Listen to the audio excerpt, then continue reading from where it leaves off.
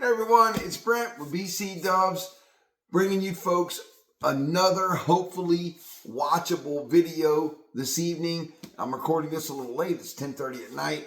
Had a lot to do today. Put new tile down in the bathroom. Looks really good on the floor there. And boy, it took a lot out of me to do that. But anyway, I hope everybody's enjoying their holiday weekend. If you find this type of content enjoyable, if you like this, happen to like this video all the way at the end, please feel free to hit that thumbs up and subscribe to the channel. It's free. It doesn't cost you a single thing to do it. We're at 97 subscribers. Yes, 97. And when we get to 100, we're going to open up this bad boy right here. I told you guys we'd do something special when we hit 97 subscribers. We're going to open this up on the channel and unbox it when we hit that special mark of 100 subscribers. I cannot wait. I know we're going to do it soon. And it may be even this video with you folks' help, we can get there. This is going to be another music related video. Like I picked up some new vinyls today.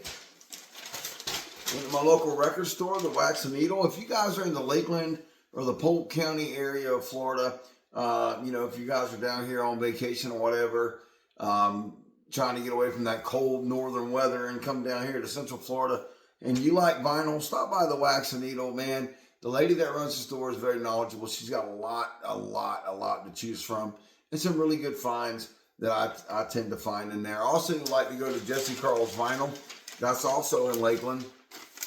And in February, here at the Civic Center, we are going to have a vinyl record show. So that's February the 3rd, I believe it is. So set your calendars. If you guys are in the Lakeland area and want to check out some great deals on some great old school vinyl.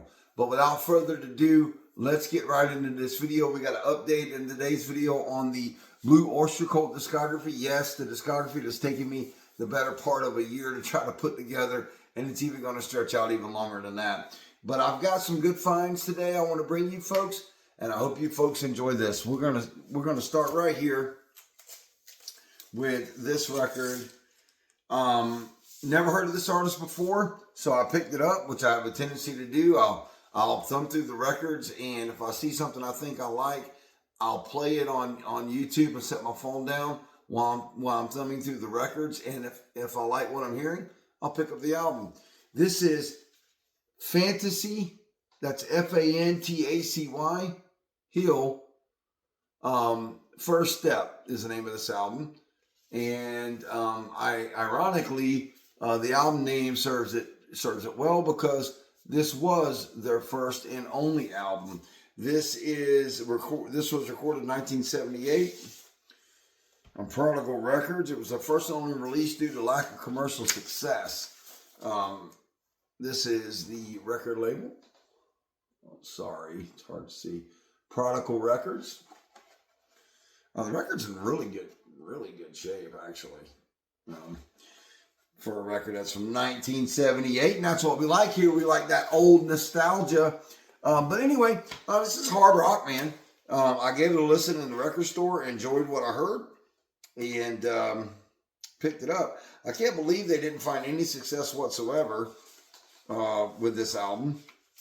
I guess there was a lot of music in 1978, and we know what was going on in 1978. We had disco. I think that the what was it? So Far So Good was the single on this record that they were trying to promote, and it just didn't go very far. It was produced by Tom D'Angelo. I tried to look up Tom D'Angelo and see what other things that he may have produced, and I couldn't really find much on that. But this is Fantasy Hill. Like I said, that's spelled Fantacy. If you haven't heard it, check it out on YouTube.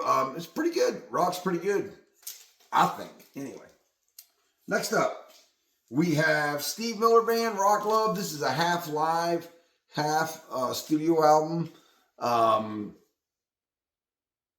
This is on Capitol Records. On the previous album, he had lost everybody in his band. So I don't know. I don't know what was going on with Steve Miller, but look at the keys on that guitar. We got 1, 2, 3, 4, 5, 6, 7, 8. It's a 12 string. Playing the old 12 string acoustic there. Love, love, love Steve Miller. This is one that I didn't have on my collection. This was, like I said, a 1971 copy of Steve Miller Band's Rock Love. I do have 3 other Steve Miller records. So my collection of Steve Miller's is growing. He has a lot of records out there. But anyway, Steve Miller, Rock Love, give it a listen. If you've never heard this record, most people are familiar with the Joker album and you know, Book of Dreams and albums like that. This is some of his earlier work. Oh, super excited to bring you these next group of records. This is, I guess we'll do it like this. Yeah, this is, you guys have heard me talk about this band on the channel many, many times. This is Wishbone Ash. There's the rub. So I was able to pick up a new Wishbone Ash album today. Take a look at it here. It does have the original sleeve on MCA. On MCA Records, like most Wishbone Ash albums were. I do have one that's on Decca, but that is a subsidiary of MCA. A little bit about this album. This album was released in 1974. This is an original copy.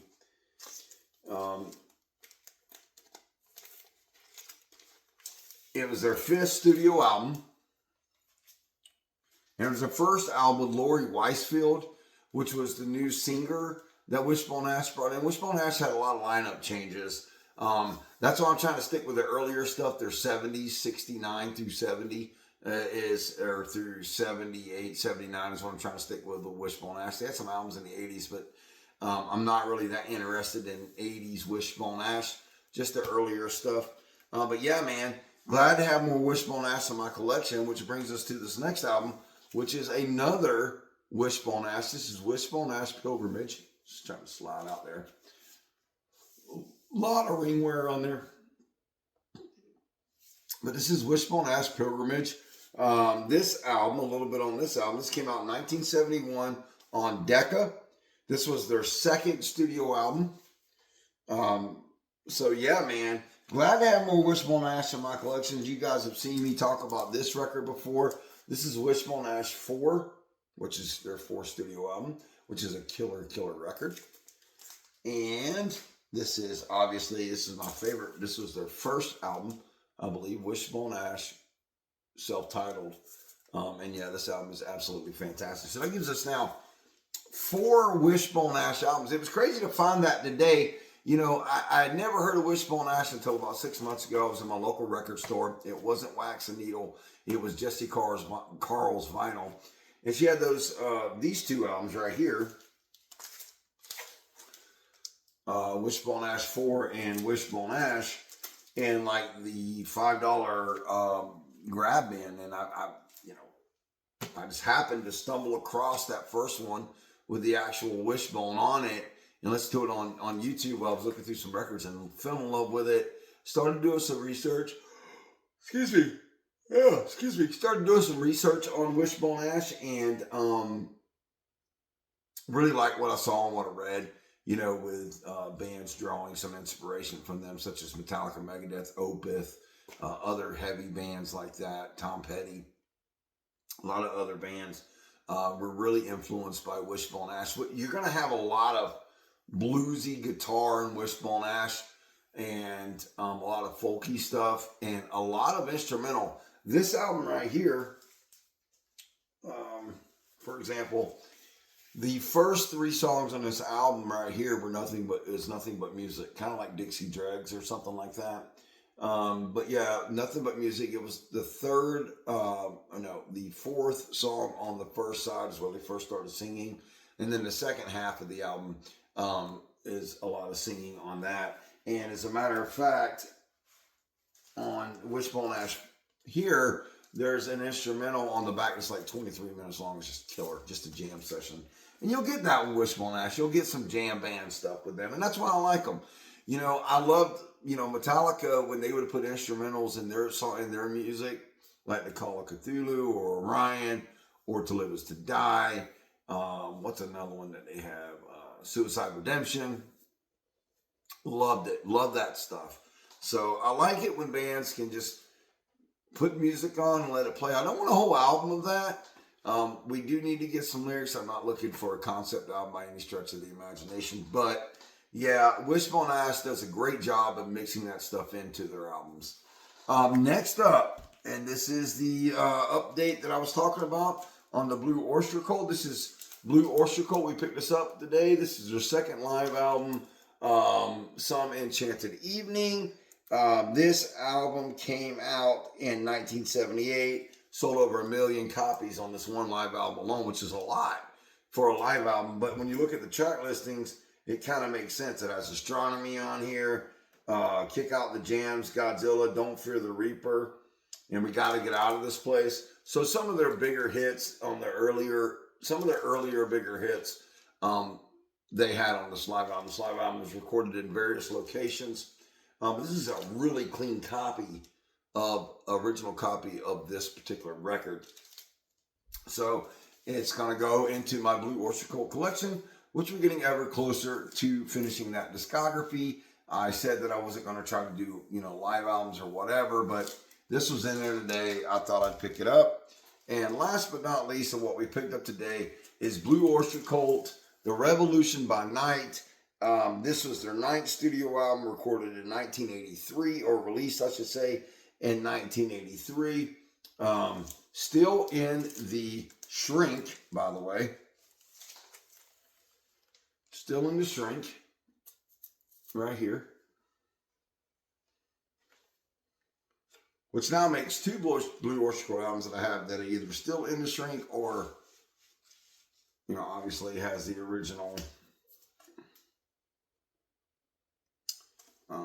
sleeve inside.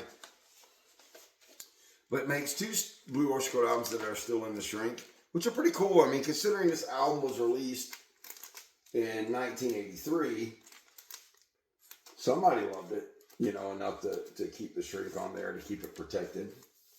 You know, back then we didn't have these album sleeves. But just to go over it, we'll do it like this, and then we're going to do it. Let me see here. Yeah, we're going to do it like, bear with me.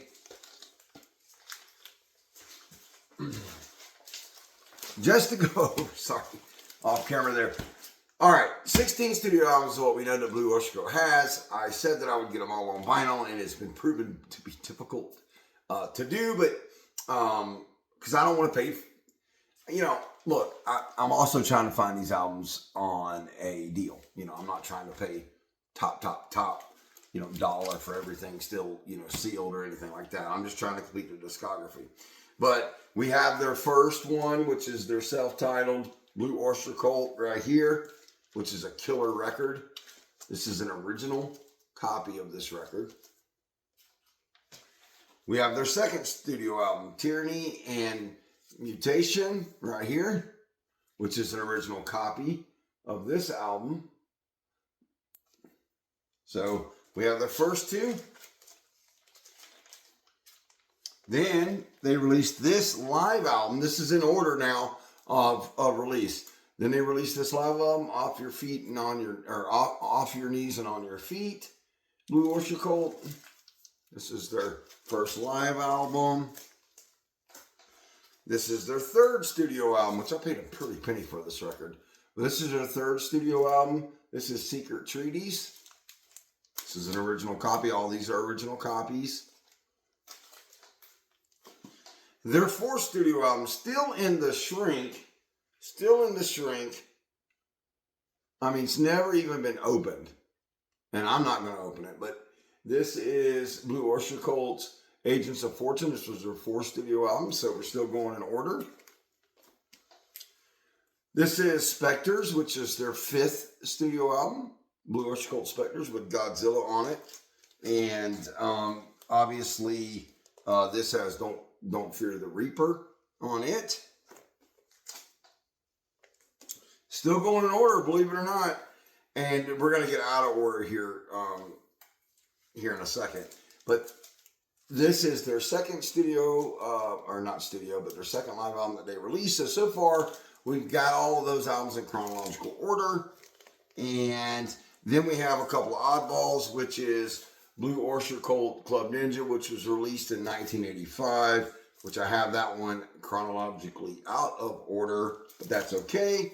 And Blue Oyster Cult Revolution by Night, which I believe, let me see, I wrote this down. Revolution by Night, which was released in 1983. So what we're missing in that original lineup is Blue Oyster Cult Mirrors, which was released, I think, in 1979. Fire of the Unknown, which was released in 1980, I believe. And